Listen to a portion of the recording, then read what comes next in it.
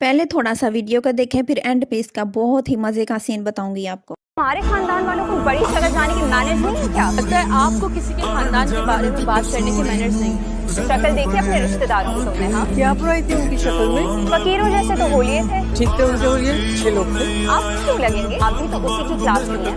लगता है आपको सिर्फ लोगों से नहीं बल्कि बड़ों से भी बात करने की तमीज नहीं है। हरकतें हैं लोगों की जो इनसे तमीज से बात की जाए। माँ बाप से छुप कर बेटे का निकाह करवा लाएं, ये इज्जत के काबिल है? इससे आगे एक और लफ्ज भी नहीं सुनूंगा साहिबा।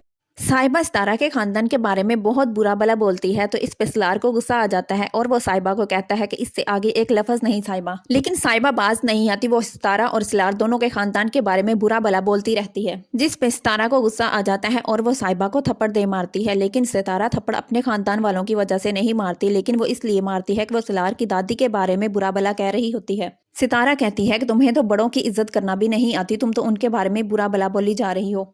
क्या अपने ही वलीमे वाले दिन किसी को थप्पड़ दे मारना, क्या ये सही बात है या नहीं?